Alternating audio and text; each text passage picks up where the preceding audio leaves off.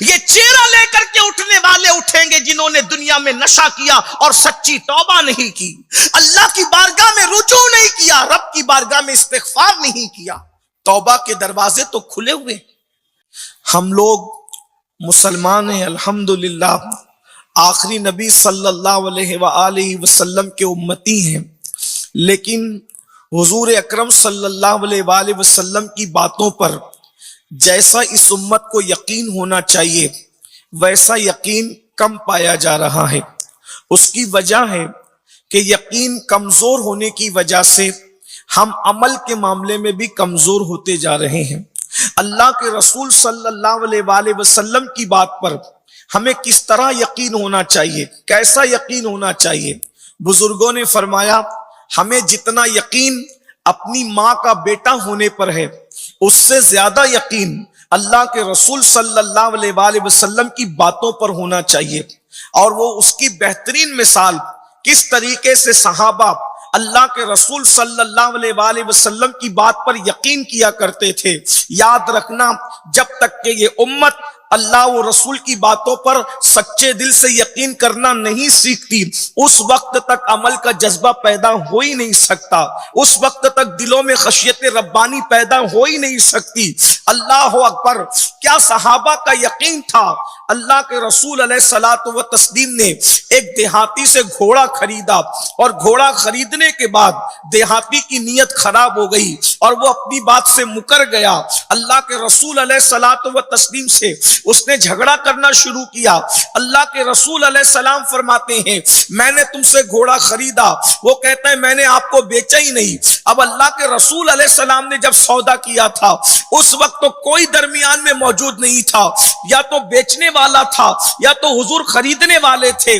ایسے میں گفتگو ہو رہی تھی، اتنے میں حضرت سیدنا خزیمہ رضی اللہ تبارک و تعالیٰ عنہ وہاں سے گزرے، اور گزرنے کے بعد عرض کیا یا رسول اللہ صلی اللہ تعالی علیہ وآلہ وسلم، میرے ماں باپ آپ پر قربان آقا، آپ کے چہرے پہ میں پریشانی کے آثار دیکھ رہا ہوں۔ اللہ کے رسول علیہ السلام فرماتے ہیں اس دیہاتی سے میں نے گھوڑا خریدا اور اب یہ انکار کرتا ہے۔ اللہ کے رسول علیہ الصلوۃ والتسلیم فرماتے ہیں اب یہ مجھ سے کہتا ہے کہ کوئی گواہ پیش کرو، اگر آپ اپنے قول میں سچے ہیں تو کوئی گواہ پیش کرو۔ اللہ اکبر! اور جب خریدی ہو رہی تھی اس وقت تو کوئی گواہ موجود نہیں تھا۔ حضرت خزیمہ نے عرض کیا یا رسول اللہ صلی اللہ علیہ وآلہ وسلم، میں اس بات کی گواہی دیتا ہوں کہ گھوڑے کا سودا آپ نے کیا ہے، گھوڑا آپ نے خریدا ہے۔ اللہ کے رسول علیہ السلام کی اس بات پر آقا علیہ السلام نے یہ بات سنی تو حضور ارشاد فرماتے ہیں خزیمہ تم موجود نہیں تھے، اس کے بعد تم کس طریقے سے گواہی دے سکتے ہو اور کیوں گواہی دے رہے ہو؟ حضرت خزیمہ نے عرض کی یا رسول اللہ، جب آپ نے کہا اللہ ایک ہے، بن دیکھے میں نے مان لیا۔ آپ زمین پہ بیٹھ کے آسمان کی خبر دیتے ہیں، جب میں اس کو مان لیتا ہوں، اتنی بڑی بات جب میں نے آپ کی مانی ہے تو گھوڑا خریدنے کی بات تو چھوٹی سی ہے، میں اس کا انکار کیسے کر سکتا ہوں؟ اللہ کے رسول علیہ السلام نے اس یقین کی بنیاد پر ان کو یہ انعام عطا فرمایا، فرمایا خزیمہ آج کے بعد تیری گواہی دو مردوں کے برابر قرار دی جاتی ہے۔ یعنی اللہ اکبر! آپ اگر کسی کے حق میں گواہی دے دیں تو اب کسی دوسرے گواہ کی ضرورت نہیں ہے، تمہاری گواہی ہی کافی ہو جائے گی۔ یہ صحابہ کرام کا یقین تھا۔ اللہ اکبر! جب یہ بات ہمارے سمجھ میں آ گئی کہ اللہ کے رسول علیہ الصلوۃ والتسلیم کی بات پر اتنا یقین ہونا چاہیے کہ کسی کی بات پر جتنا یقین نہیں ہوتا سب سے زیادہ حضور کی بات پر یقین ہو۔ اللہ اکبر! جب یقین پیدا ہوگا انسان خود بخود گناہوں سے محفوظ ہوگا، جب یقین پیدا ہوگا اس کے دل میں نیکیوں کا جذبہ پیدا ہوگا، اس لیے کہ یقین کی بات ہے۔ اب جب یقین کی بات ہے، حضور کی زبان سے جو نکل جائے پتھر کی لکیر سے بھی زیادہ مضبوط ہے، اللہ کے رسول کی زبان سے جو نکل جائے، بلکہ یہاں تک عشاق کہتے ہیں اگر وہ دن کے وقت کہہ دے کہ رات ہے تو امتی پر لازم ہے کہ وہ دن کو رات ماننے کے لیے تیار ہو جائے۔ کیونکہ ہماری آنکھیں خطا کر سکتی ہے، مصطفیٰ جان رحمت کی زبان کبھی خطا نہیں کر سکتی، کیونکہ وہ اپنی مرضی سے نہیں کہتے۔ وما ينطق عن الهوى ان هو الا وحی یوحی، وہ جو کچھ کہتے ہیں زبان ان کی ہے، کلام خداوند قدوس کا ہے، انہوں نے اپنی مرضی سے کبھی بات ہی نہیں کہی۔ اب بتاؤ، جب حضور علیہ السلام کی بات پر اتنا یقین پیدا ہو تو اب وہ رسول صلی اللہ علیہ وآلہ وسلم اب خود 1450 سال پہلے فرما رہے ہیں، جب یقین پیدا ہوگا تب حضور کی باتیں سنو، آقا علیہ السلام کی باتیں سنو۔ اپنے نبی کی بات پر یقین ہے تو سنو رسول اللہ کیا فرماتے ہیں صلی اللہ علیہ وآلہ وسلم۔ آقا فرماتے ہیں جب نشہ کرنے والے قیامت کے دن آئیں گے تو ان کی آنکھوں سے خون بہ رہا ہوگا، ان کی آنکھوں سے خون ٹپک رہا ہوگا، یعنی وہ خون روتے ہوئے آئیں گے۔ آج بہت آسانی کے ساتھ نشہ کرتے ہیں، الگ الگ بہانے سے نشہ کرتے ہیں، نشے کو پرموٹ کرتے ہیں، کوئی کون سا نشہ، کوئی کون سا نشہ، کوئی کون سا نشہ۔ یاد رکھنا اللہ کے رسول نے ارشاد فرما دیا کل مسکر حرام، ہر نشہ آور چیز حرام ہے۔ قرآن کہتا ہے یا ایھا الذین آمنوا انما الخمر والمیسر والانصاب والازلام رجس من عمل الشیطان فاجتنبوه لعلکم تفلحون۔ اے ایمان والو، جوے اور نشے سے بچو، اور پانسے سے بچو، اور بت پرستی سے بچو۔ من عمل الشیطان، یہ شیطانی کام ہے، نشہ کرنا شیطانی کام، جوا کھیلنا شیطانی کام، پاسا شیطانی کام، بت پرستی شیطانی کام۔ سوچو، نشے اور بت پرستی کو اور جوے کو قرآن نے ساتھ ساتھ بیان کیا۔ اسی لیے اللہ کے رسول علیہ السلام فرماتے ہیں جو نشے کو حلال سمجھ کر کرے وہ بت پرست کی طرح ہے، وہ بتوں کے پجاریوں کی طرح ہے۔ اللہ کے رسول علیہ الصلوۃ والتسلیم فرماتے ہیں جس نے نشہ کیا جب وہ قیامت کے دن آئے گا تو اس حالت میں آئے گا کہ اس کی آنکھوں سے خون بہ رہا ہوگا، اور جن آلات کے ساتھ وہ نشہ کرتا تھا وہ نشے کے آلات اس کے گلے میں لٹکے ہوئے ہوں گے، وہ گلے میں نشے کے آلات لٹکا کر کے آئے گا اور اس کے منہ سے پاخانے کی الٹیاں ہو رہی ہوگی، منہ سے پاخانہ نکل رہا، اسی لیے کہ اس نے ناپاک چیز تو پیا اور کھایا تھا۔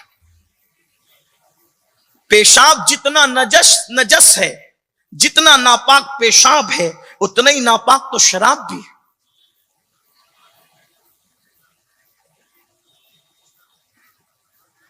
اللہ کے بندو ذرا غور کرو، قیامت کا دن ہے، اللہ کے رسول صلی اللہ علیہ وآلہ وسلم فرماتے ہیں آنکھوں سے آنسو بہ رہے ہیں خون کے، گلے کے اندر نشے کے آلات لٹکے ہوئے ہیں، منہ سے پاخانہ نکل رہا ہے، اور چہرہ یا سور کی طرح ہے یا بندر کی طرح۔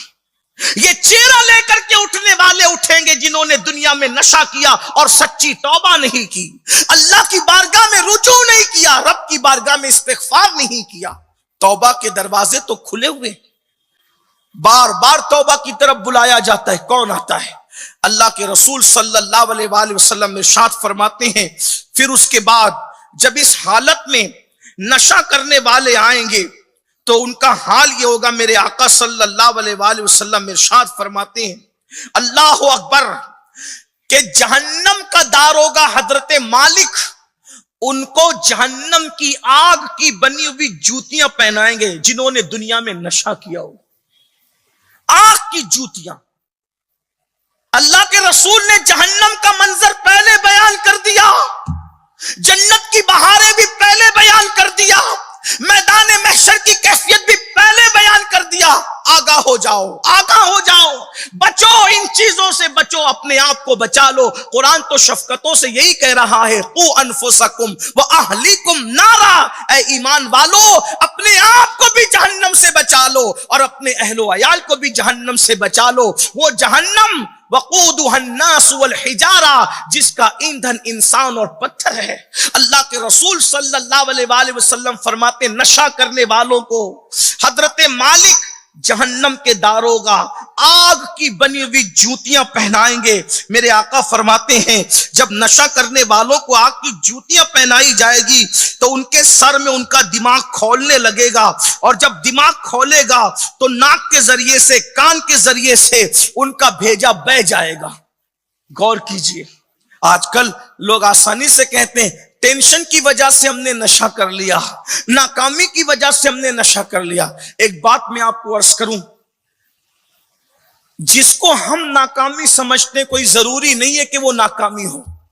کسی بہت بڑے مفکر نے کہا تھا بہت سی ناکامیاں ایسی ہوتی ہے جو حقیقت میں ناکامی نہیں ہوتی، بلکہ ہر ناکامی کے پیچھے کوئی کامیابی چھپی ہوتی ہے۔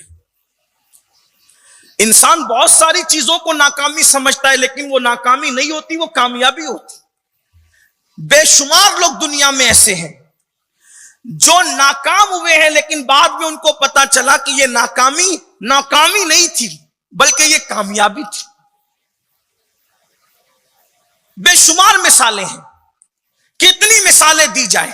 اللہ تبارک و تعالی ہماری آرزوؤں کو توڑ کر جو خود فیصلہ فرماتا ہے اس میں کہیں نہ کہیں ہمارا بھلا ہوتا ہے۔ اگر ہم امتحان میں ناکام ہو گئے، دنیا کے امتحان میں، تو نوجوانوں کو نشہ کرنے کی ضرورت کیا ہے؟ یہ تو دنیا ہے، یہاں تو کامیابی اور ناکامیاں لگی ہوئی ہیں۔